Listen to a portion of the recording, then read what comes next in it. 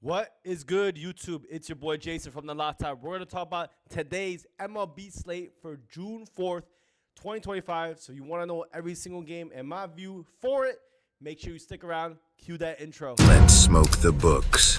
The lock top. Hey, man, look, we had an incredible day yesterday in baseball. I went 2-1 in premium. I also gave a free play on my Instagram, the Orioles plus 130 money line. Blowout winner, man. I'm going to put a reaction video later today on my Instagram, but I'm recording this super early in the morning. So games do start at 12 p.m.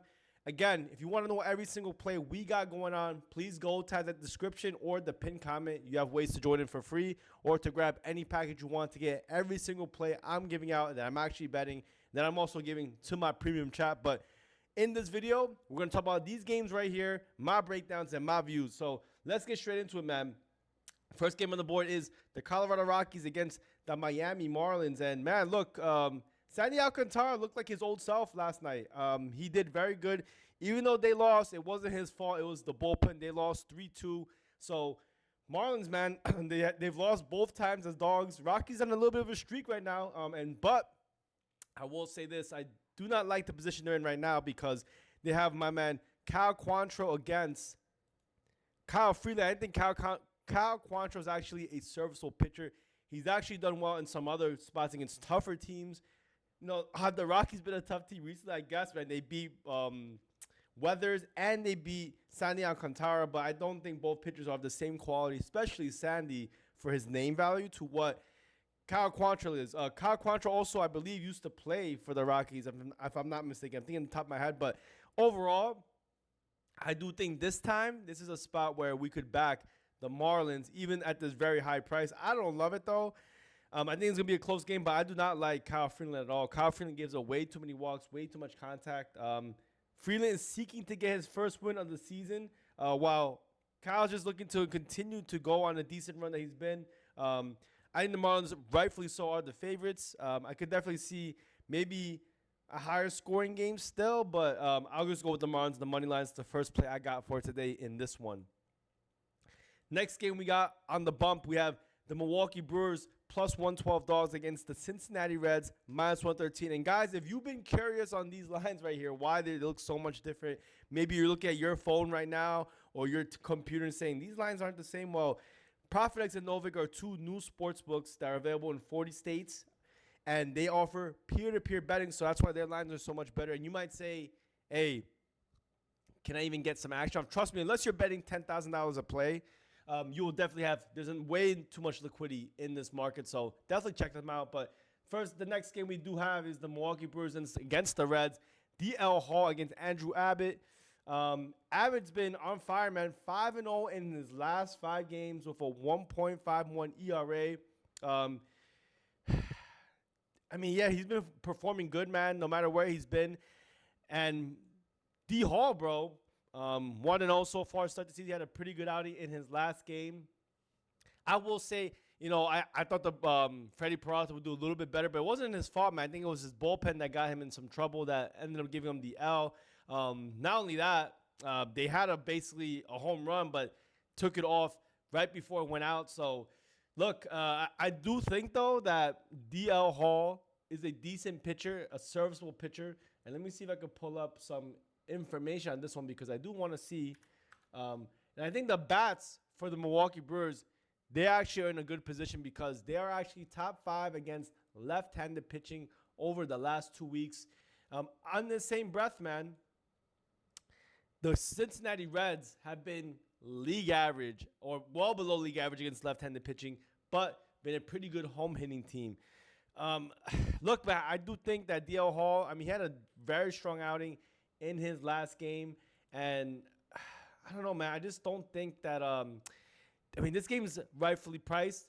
My lean, and just like yesterday, I think that there is some value with Milwaukee Brewers. I do think Andrew Abbott has been a really good pitcher, but, you know, even though this number is pretty low in a very hitter-friendly ballpark, I do also think that both pitchers can do well, and this could be a lower scoring affair as well, but I will lean Brewers and the under in this one.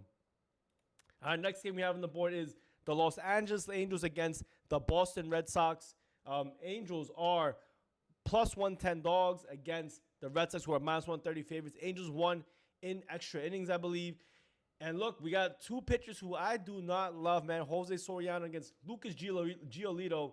And Soriano has a pretty good ERA, but you guys have to take into account, some of the places he's pitched, but he has not done well as of late, in my opinion. The main thing for me really is that Jose Soriano is a pitch-to-contact pitcher. That's the big thing for me. And when you're a pitch-to-contact pitcher, you run into a lot of problems, man. Like, a lot of problems. Like, if you give up any hard contact, this ball can go flying over the wall. You try to induce ground balls, but, I don't know, man. I do not like this spot for him. He's going against a Red Sox team who has been hitting very well, especially at home. That has been a huge change. The Red Sox have not been a very strong hitting team at home, but this is going to be a lot different. We take a look right now also to see where the money has been for this game. Looks like a lot of people are on the Red Sox, but I think it's for good reason. I don't think the Red Sox should be underdogs in this spot, but I think the better play is, honestly, this number is super high. It's the over. Lucas Giolito has not been a good pitcher, bro. He has been absolutely terrible, in my opinion, and there's no way I would want to back him in this spot. And as a result, I think the Angels will get to him. They've been a really, really good hitting team. And I think also on the other side, the Red Sox get to Soriano. This line is super high. I can see a ton of runs in this game, even though, and this is honestly, the Red Sox ballpark is the best ballpark for runs. If you get a 9.5, I'd also try to take it over there so you get an outline. Let's take a look. 9.5 minus 120, minus 130 on FanDuel and Novig. I will still take it there. If you get a flat 10, obviously, that's good. If we get a 10, you'll win on 9.5, but push on this one. I could definitely see a lot of runs in this game, man, for sure. All right, guys. Before I get into the next few games, man, I'm going to have to go through this quickly, but let's try to get it. Next game, Houston Astros against the Ryan Gusto against, I don't know this guy, Mike Burrows. Ooh, this is going to be a game I might have to skip just because I don't know too much about Mike Burrows. I did do some initial research on his other starts, but look, man, Paul Skeens didn't get the job done. They ended up losing that game.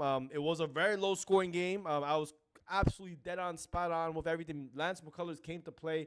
But Ryan Gusto, he's been okay, man. 3-2 winning record.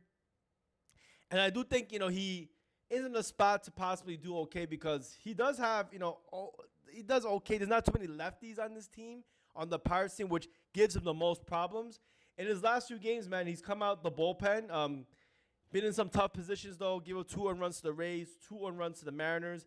But did blank for his 1-inning inning against the Rangers. I would probably skip this game, or maybe I would possibly lean to the over on this game. I do think the Astros have the better bullpen, though, for sure. And I also think they also have the better bats. They've been hitting fairly well on the road, and they did pretty good against Skeens, man. They got to him.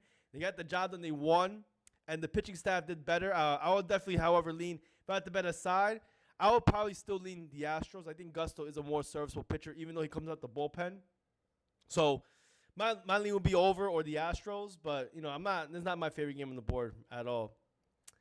And all right, next game on the board. I will say this too as well. Astros definitely have the bullpen advantage, so if the game goes late, you definitely have an up there.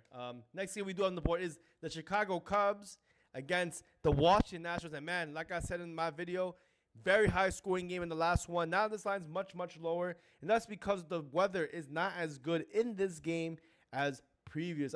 Yesterday it was one of the better hitting weather environments in the MLB. And in this one, still top 5, but not as good as the other one. We do have, obviously, different pitchers in this game. Mackenzie Gore against Michael Boyd. And Mackenzie Gore has been probably the Nationals' best pitcher. He's been, a lot of money with him. However, he has history with this lineup against the Chicago Cubs, and he has done okay. Almost a 400 weighted on base average, almost a 500 slugging. So he has given up contact. They have gotten him to before. Same thing goes for Matthew Boyd, both left-handed starters. And man, let's see. I think, look, Chicago Cubs have been excellent against left-handed pitching. Washington Nationals have not been that good against lefties at all, or it's at least league average. But at home, obviously, the numbers have not been as good. But hey, you saw him last game. He got 3 earned runs. Maybe they could do it again. But in this game, man, Chicago Cubs -130 dogs. Look, Matthew Boyd, there was a point where he was doing very, very well, but he's kind of regressed from that point. But he does limit the hard contact. That's the one thing I will say. And he is much worse against left-handed bats. But, I mean, even though the Nationals do have some lefties in their lineup, they're not as left-batted dominant as other teams. So he has Matthew Boyd has definitely struggled, and let me switch him off, has definitely struggled with left-handed bats. But in this one, I mean, there are, in the beginning at least, and at the bottom, some concern because he has 1, 2, 3, 4, 5 to 6 or 7 possible lefties, man. So if Matthew Boyd was to struggle again, it will definitely be here. He also has worse numbers on the road for some reason, even though Chicago is a pretty hitter-friendly ballpark. His last game, he did go against the Rockies at home. Rockies have obviously been a terrible hitting team, gave up no earned runs, but before that, 2 earned runs or more in every single game. Look, Mackenzie Gore's also been vulnerable. We've seen him get hit before. He's given up some pretty hard contact. But his last few games, he's been excellent, man. Mariners, no earned runs. 1 earned run given up to the Giants when the Giants were away, so you got to give a caveat to that. Against the Orioles, gave up 10 hits, 2 earned runs, 9 strikeouts. So he gave up a lot of hits. Orioles just weren't able to convert. Then before that, the worst game he's had this year, or as of late probably, was against the Cardinals. He gave up 4 earned runs, and I was actually on that game. I gave out Mackenzie Gore. But look, Mackenzie Gore, I don't know, man. He's been excellent. And the one place he does play very well is at home, not on the road. So I'll be honest, man. I do think the Nationals is the spot. Nationals +120. Do I think they can get to McKenzie? For sure. I think this total is a little bit low, though, given the weather, given that McKenzie can give up runs. But I do think Mackenzie Gore playing at home, his best spot. I think Mackenzie Gore, the Nationals line can get to the Cubs. Give me the Nationals and the over. Those are the 2 plays I would lean in that game. And all right, guys, we are halfway there. And since we're halfway there, I want to do one thing, man. If you guys been liking this content, have all these videos all been helpful, please hit that subscribe button, leave a comment so you could be entered in to tomorrow's daily card. I will announce it in the video. So we didn't get enough comments, and the last one had like 2 or 3 comments, but I'll make sure I'll include those in the next giveaway. So we will combine it. We'll have 2 winners in the daily card. All right. So just put a number 8 down below. Let me know you're listening to this video. And all right, guys, next game on the board, we have the Cleveland Guardians against the New York Yankees, man. And, oh, man, my New York Yankees, bro, they got the job done once again, bro. So I can't be mad at them. They've been absolutely incredible. Especially Rodon, bro. Rodon had an amazing game last one. But now we have Clark Schmidt against Luis Ortiz. And, look, Luis Ortiz kind of got me a little bit upset because I had him as a pitcher prop last time out, and he couldn't get the job done for me. But it's all good, bro. I do think, though, however, he's going to be in some trouble in this game. He does have nasty strikeout stuff. Clark Schmidt, though, he's not super reliable, but it's just the bats, man. The bats on the Yankees side has just been so much better. And I think the Yankees should be favorites. Do I want to lay -184, lay the red line? Probably not. If anything, I might look on the over, but I think Clark Schmidt could be serviceable. The Yankees also have, as of late recently, one of the best bullpens in the MLB. So for me, it would have to be Yankees run line or nothing, but I'm not super confident on that one, though. All right, next game, we have the Philadelphia Phillies against the Toronto Blue Jays. Jose Barrios against Michael Abel. And I don't know, it's not too much to say, but Michael Abel does have a lot of history. Abel's been impressive in his debut, contrary to Barrios, who's, very experienced, but, I think he has obviously the experience and pitching quality edge. The thing is, it's a very close spread for good reason. I think Barrios could definitely get cracked by this Philly team who just blew up against this Toronto team. But I don't know, man. If I had to take a look at this game, Toronto, they've been the better home hitting team. However, the Phillies are super talented. Have they had history against Barrios before? I'm about to take a look right now. And they've had it. Barrios has done okay, man. So I don't know, man. Mike Bell, young starter, going into it. I think we fade him in this spot. The Blue Jays bounce back with a nice home win in a very close line match. So I think there's a lot of value with the Blue Jays given how well they've been hitting, especially against right pitching at home. I think they get the job done here. So give me the Blue Jays minus 105. And all right, man. I'm trying to mold through this, man. Next game on the board, we do have the Arizona Diamondbacks against the Atlanta Braves. Chris Sale against Miro Kelly. And, bro, what did I tell you last game? Diamondbacks, Zach Gallen on the road, much better. They got the job done, won outright. I should have given that in premium, to be honest, but it's all good, man. It is what it is. I think this game's going to be an interesting one because they've had a lot of history against each other. Sale is strong, man. He's had a 3 ERA over his 6 starts. Very, very impressive. I think this is the reason why they are the favorite. Again, name value, Spencer Strider. Now you're going with your number 2 guy, Chris Sale, who's probably your best player right now, in my opinion. But Chris Sale, the thing about him, he's had a lot of history against this team and has performed extremely well. So that's the thing. Chris Sale has been excellent, bro. I mean, I can't say anything too bad about him. In his past few starts, he's had all quality starts in the month of May. So absolutely dusted the Phillies, no earned runs, 8 strikeouts, 6 strikeouts against the San Diego Padres, against the Boston Red Sox in Boston, 1 earned run, 8 strikeouts. This guy has been on absolute fire. The thing is, man, the Diamondbacks have been hitting very well against left-handed pitching. Number 5, top 5 against left-handed pitching, 10 on the road. And this Atlanta team, man, I mean, they've been doing okay, but they have definitely been stepping it up from the past 30 days. Over the last 2 weeks, been, a top 10 hitting team overall, but they've just not been the best at home. Obviously, they were not at home as of late. And Merrill Kelly, when he's gotten hit, he has gotten absolutely cracked. His weakness is definitely lefties, but if you take a look at the Atlanta lineup, there are about half the team can be lefties. So he does have some hitters, and he's had some history where he's gotten cracked. And in the beginning of the season, he looked very good. He looked very terrible, stepped it back up, and now he's kind of regressed back down as he's given up 4 earned runs against the Nationals and 4 earned runs against the St. Louis Cardinals in his last 2 starts. Is this a game where maybe he could step it back up? Ooh, I don't know, man. He's worse on the road, worse against lefties. I think rightfully so, the Atlanta Braves are the favorite. But as a result, I do think the Diamondbacks can get to this Braves team, and I also think the Braves can get to this Diamondbacks bullpen. Yeah, man, I think this could be an over spot. Over 8 runs, I think, is not a bad look. I do think both teams can get to each other. And also, I will say this, though. The weather in Atlanta is not the best for hits, but I do think Merrill Kelly can give us some runs. But I also think, man, something's going to crack with Chris Sale. I think the Diamondbacks can definitely get to him given how well they've been hitting. Big spot, kind of a big rivalry, in my opinion, between the Diamondbacks and the Braves. Give me the over in that game. Or I will lean probably Atlanta first 5 run line, because I do think if they do win, Chris Sale will be the reason. But I also can see betting money line as well. Whole game, I do think they have the better bullpen.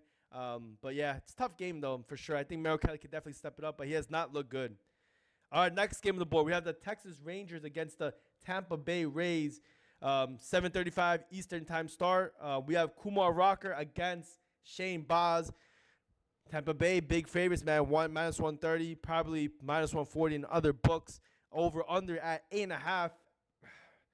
I mean, look, Baz looks to exploit. I guess have the pitch edge against Rocker's terrible ERA. I mean, he does not look good anywhere, man. I think overall, I think Tampa Bay is definitely the better team in the spot. Well, in the better position in the spot.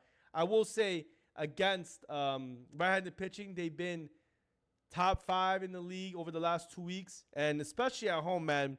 The hitting numbers are, for some reason, not better, bro. It's pretty crazy. They've been hitting much better on the road. But look, I mean, I don't like Kumar Rocker. Kumar Rocker, I don't think is a MLB quality starter. He did have a decent outing in his very few pitching attempts against this team, but he gives up a lot of hard contact. I mean, it's just really that. It's really just that, man. Corey Seager is back in the lineup with the Rangers. I have no idea if he's actually going to play. He did play in his last game. But this game could definitely be one of the higher scoring games, given the fact that Kumar Rocker's playing. I mean, I don't know, man. I do think that the weather is not the best. It could possibly rain, maybe, but I don't know. The weather, the wind's blowing out. I do think, Shane Baz can be vulnerable to be getting hit as well. He does give up a lot of hard contact. He is not perfect in any of the senses either. He gave up 3 earned runs to the Houston Astros, 1 earned run against the Toronto Blue Jays, 5, 3, 6. I mean, he has not looked the best. I think the Rangers, if there's any game they could step up, maybe get a bunch of runs on, it could be this one.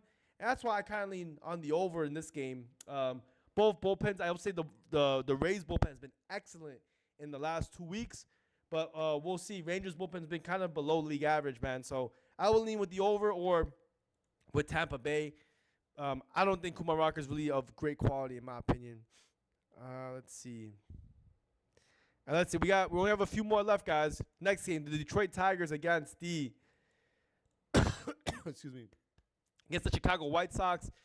Doesn't look like the White Sox have a starting pitcher. I'm gonna skip this game. I think it's probably always gonna be Detroit or nobody, but you're gonna pay a hefty price, reasonably so though. I'll probably say it's probably maybe a better bet to do that versus the Yankees money line, but I do think obviously Detroit is a much better hitting team, much better bullpen, but for sure, man. White Sox, I think they won their last game, so it's not like it's that easy though. But I'm gonna skip that game. I don't really like this spot. Next game, we have the Kansas City Royals against the St. Louis Cardinals, man. Noah Cameron against Miles Michaelis. Cardinals minus 126 favorites at home against the Royals, plus 108 on the road. And guys, you guys listened to my last video. The Royals won outright, blowout winner, big plus money. Cameron, bro, he's a legit starter, bro. I've already backed him in a few games. I think he's excellent. He's gonna be a good star. He did give up 2 earned runs at the very end, but he's a real big prospect, bro. I really like what he's been doing. While on the other side, I don't think Miles Michaelis is that good, man.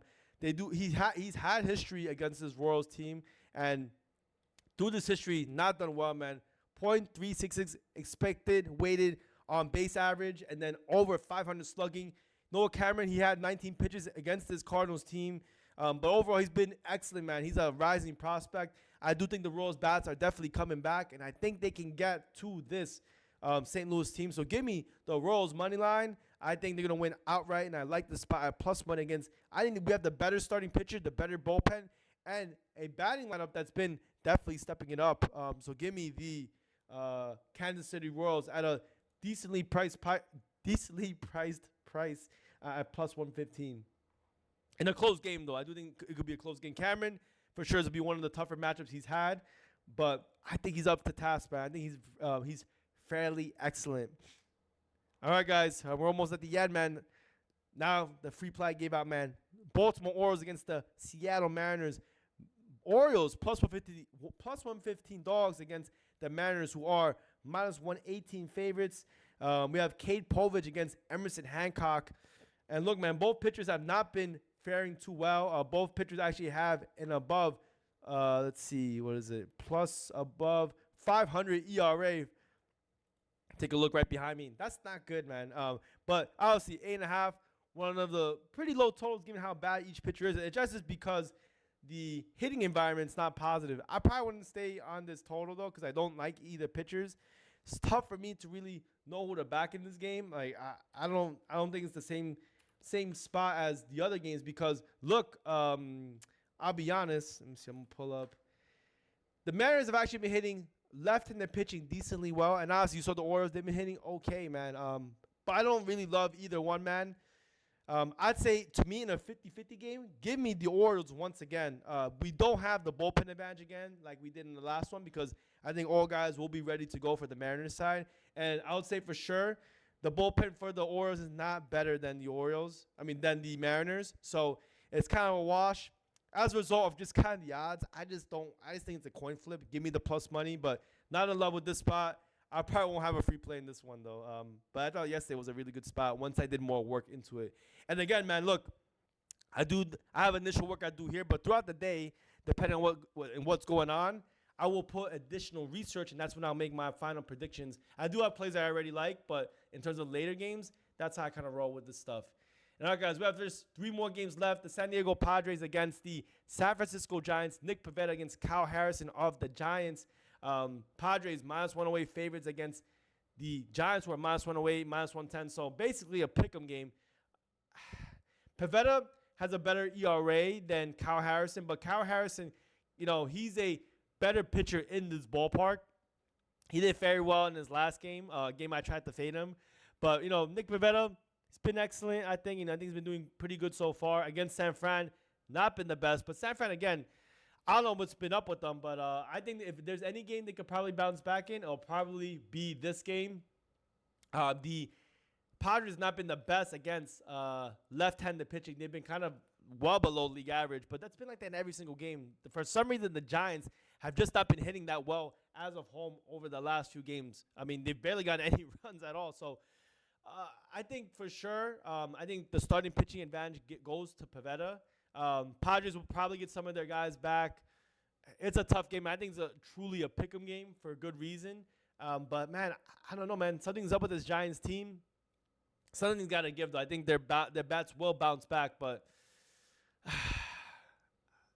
yeah, man, I'll say this. Just give me the Giants money line, but not my favorite game. As you can clearly see on the board, it's very tough for me to pick on that one. And, all right, guys, next game we got on the board is the Minnesota Twins against the Athletics, man. Zebby Matthews against the Athletics. I mean, look, I'm just going to do it again, man. Give me the over once again. I think both pitchers are not good. I don't like Zebby Matthews. I think the Minnesota Twins bats have been back.